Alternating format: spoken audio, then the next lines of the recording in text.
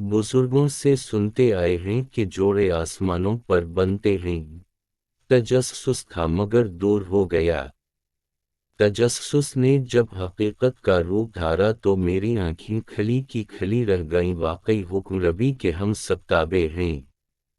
यहाँ तक कि कायनात का जर्रा जर्रा एहकाम रबी का मरहून मिन्नत है। हमारे ही गांव का वाकया है कि गांव के दूसरे मोहल्ले में मेरे एक दोस्त तारिक की शादी थी।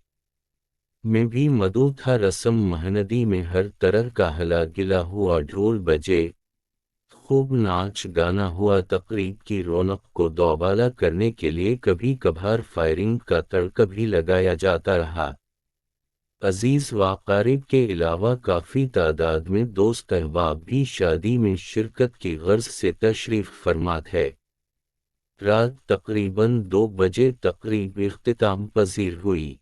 तारिक का ताल्लुक़ एक ज़मींदार घराने से था। सब लोगों से ज़मीन रकबा उनकी ज़्यादा थी। कोठी, नौकर चाकर, ज़रूरियात ज़िंदगी की हर एक आसाइश मयस्सर थी। आमारात के साथ साथ तारिक एक खूबरू नौजवान भी था। गांव की अक्सर लड़कियां इसके कदमों में हमा वक्त दिल फेंकने को तैयार रहती थीं। कॉलेज में भी इसकी काफ़ी लड़कियों के साथ दोस्ती थी। इसके बावजूद तारिक करैक्टर लेस ना था। हंसमुख, दूसरों के दिलों में घर कर लेने वाला, मिलनसार और हमदर्द भी था।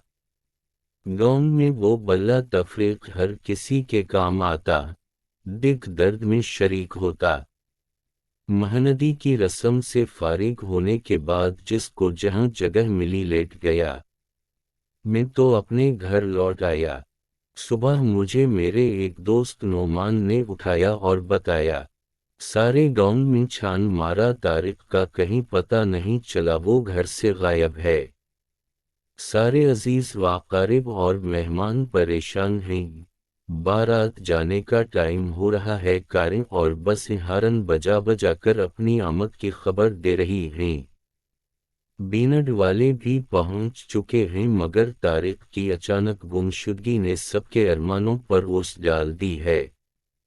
न जाने खुशियों को किस जालिम की नजर लग गई। खुशियों भरा आंगन मातम कदा बिन के रह गया है।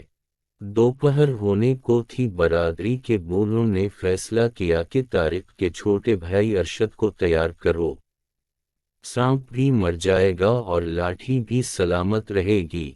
लड़की वालों की इज्जत भी महफूज रहेगी और लड़के वाले भी लोगों के तानों से बच जाएंगे। इस सारी सूरत हाल से लड़की वाले भी आगाह हो चुके थे। इन्होंने अपने एक कमी के हाथ तारिक के यहाँ पैगाम भिजवा दिया कि हमको सब मालूम हो चुका है, लिहाजा हमारे यहाँ आने की कतई जुर्रत ना करना। क्योंकि अरशद भी तारिक ही का भाई है, वो तारिक से भी 2 हाथ आगे होगा। और साथ ही दूसरे कमी को हमारे ही गांव के जुनेद, जो तारिक ही का कज़न था, पैगाम भिजवा दिया कि फौरन तैयार होकर चंद अजीज साथ लेकर पहुंच जाओ।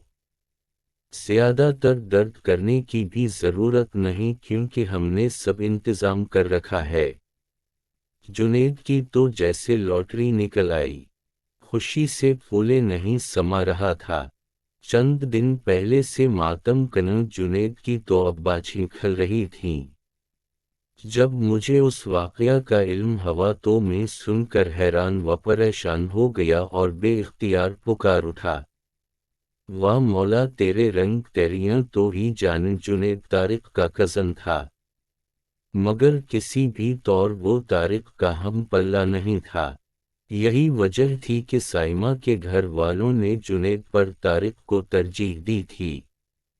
हालांकि जुनेद और साइमा एक दूसरे को बचपन से चाहते थे। साइमा जुनेद के सगे मामों की बेटी थी, मगर जहां दौलत की फरावानी हो वहां रिश्तों का तक़द्दुस कायम नहीं रखा जाता। हर रिश्ता दौलत के तराजू में तोला जाता है। दौलत तो भाई के हाथों भाई को कत्ल करवा देती है, बेटे के हाथों बाप को मरवा देती है।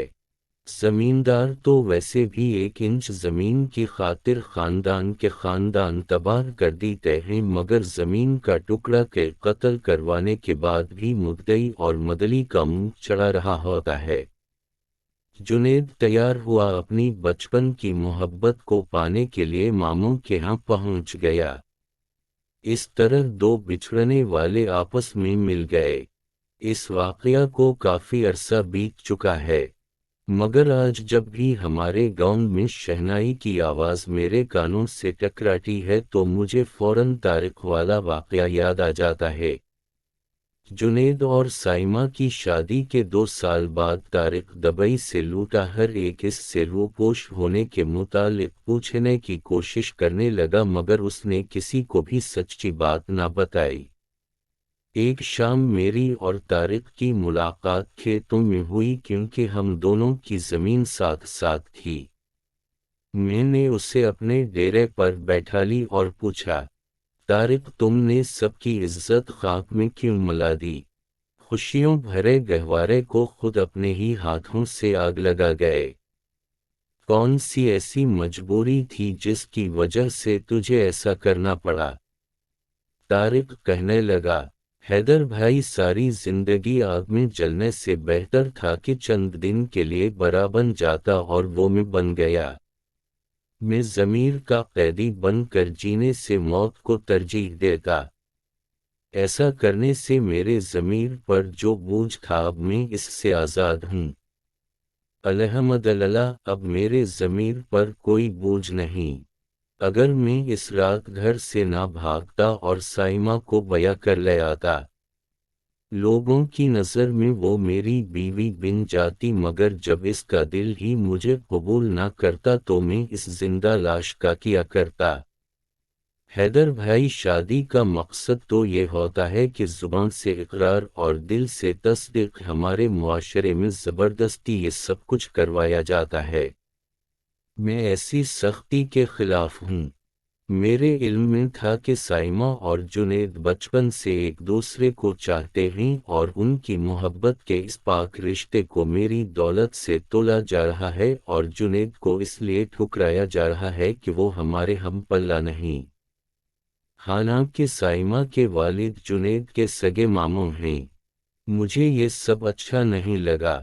میرے ضمیر نے مجھے ملامت کی کہ میری وجہ سے دو محبت کرنے والے دلوں کا خون ہو رہا ہے، اور یہ جرم سرزد مجھ سے کروایا جا رہا ہے۔ میں نے سوچا، کیوں قاتل بنوں؟ لوگ 4 دن باتیں بنائیں گے، برادری والے بھی میرے اہل خانہ کو کھٹی میٹھی سنائیں گے، اس سے کوئی فرق نہیں پڑتا۔